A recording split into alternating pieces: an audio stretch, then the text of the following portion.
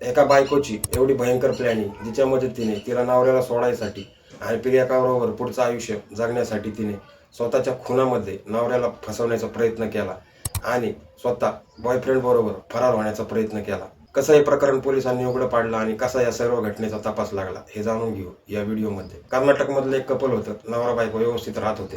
प्रियांका नावाची महिला जी बायको होती तिने नवऱ्याला सांगितलं की मला लग्नाला जायचं आहे.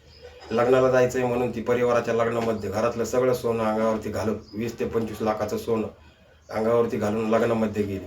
तिने लग्न अटेंड केलं. सर्व काही व्यवस्थित होतं. तेव्हा ती तिच्या आईवर सर्वांना भेटली. लग्नामध्ये तिचा बॉयफ्रेंड डेव्हिड नावाचा माणूस तिच्याबरोबर आला होता. त्यांचं लग्नामधनंच पळून जायचं प्लॅनिंग होतं, परंतु आजूबाजूला नातेवाईक, परिवार आणि आई वगैरे होती, त्यामुळे तिला हे जमलं नाही. त्यामुळे तो प्लॅन फसला होता. अचानक दुसऱ्या दिवसापासून बायको प्रियांकाचा फोन बंद लागायला लागला. सर्वांना काळजी वाटायला लागली. नवऱ्याने पोलिसांमध्ये जाऊन कंप्लेंट दिली. त्याने सर्व सांगितलं की माझी पत्नी लग्नासाठी गेली होती, परंतु तिचा फोन बंद लागतोय, तिच्याबरोबर काय झालंय का बघा. मुलीच्या आईने देखील सांगितलं की ती लग्नामध्ये आली होती, एक दिवस राहिली आणि दुसऱ्या दिवशी घरातून बाहेर पडली. पोलीस आजूबाजूच्या तलावांमध्ये सर्व ठिकाणी तपास करत होते. पोलिसांना वाटत होतं की या महिलेबरोबर काहीतरी झालंय आणि या तलावामध्ये तिची बॉडी पोलीस शोधत होते. रेस्क्यू ऑपरेशन सुरू होतं, कारण की तलावाच्या बाहेर महिलेचे अंडरगार्मेंट्स फाटलेल्या अवस्थेत, काही कपडे, बॅग वगैरे सापडलेली होती. तलावाच्या बाहेर कपडे वगैरे सापडले होते. त्यामुळे पोलीस आजूबाजूच्या लोकांना विचारत होते, परंतु आजूबाजूच्या लोकांनी सांगितलं की असं काहीच घडलेलं नव्हतं. हे कपडे 13 तारखेला अचानक इथे आलेले आहेत. पोलिसांनाही आता शंका वाटायला लागली. पोलिसांनी तलावामधलं सर्च ऑपरेशन चालूच ठेवलं होतं. दुसरीकडे CCTV तपासायला सुरुवात केली आणि महिलेचे कॉल डिटेल्स तपासायला सुरुवात केली. महिला एवढी शातीर होती की तिने तिच्या फोनमध्ये 2 सिम कार्ड ठेवले होते. त्यातलं एक सिम कार्डचं जेव्हा पोलिसांनी तपासणी केली तेव्हा असं समजलं की ही फक्त तिच्या आईबरोबर बोलते, दुसरीकडे काही हिचं बोलणं चालू नाहीये. पण पोलिसांना असं देखील आढळलं की या EMI रजिस्टर्ड मोबाईलमध्ये 2 सिम दाखवते.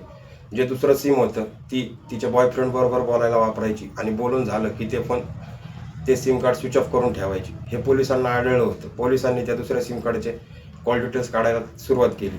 तेव्हा असं समजलं की डेव्हिड नावाच्या व्यक्तीशी ही महिला वारंवार बोलत आहे. म्हणून डेव्हिडला ताब्यात घेतलं. जेव्हा पोलिसांनी डेव्हिडला ताब्यात घेतलं तेव्हा सर्व घटनेचा घटनाक्रम समोर आला. विशेष म्हणजे तिचा बॉयफ्रेंड असणारा डेव्हिड, पत्नी प्रियांका आणि नवरा हे तिघं एकाच ठिकाणी काम करायचे.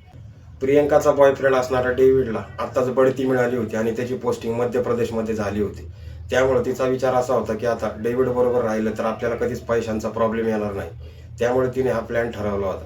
तिने असं ठरवलं की डेव्हिड बरोबर निघून जायचं आणि तिच्या खुनामध्ये तिच्या नवऱ्याला फसवायचं. जी ती मेलेलीच नव्हती, अशा न झालेल्या खुनामध्ये नवऱ्याला फसवण्याचा तिचा प्लॅन होता.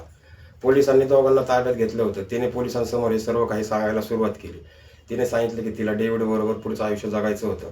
त्याला पैसे जास्त मिळत होते आणि त्यामुळे ती नवऱ्याला फसवून डेव्हिड बरोबर पुढे जाणार होती. जाताना तिने 20-25 लाखाचे दागिने देखील स्वतःसोबत घेऊन गेली होती. इकडे नवरा परेशान होता की त्याला वाटायचं की बायकोसोबत काही झालंय का.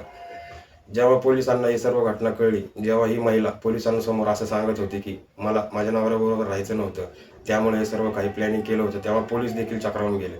त्यांना वाटलं त्या काळजी करणाऱ्या नवऱ्याला आता काय सांगायचं की त्याची बायको ही त्याला सोडून जाण्यासाठी एवढे मोठे भयंकर प्लॅनिंग करत होती.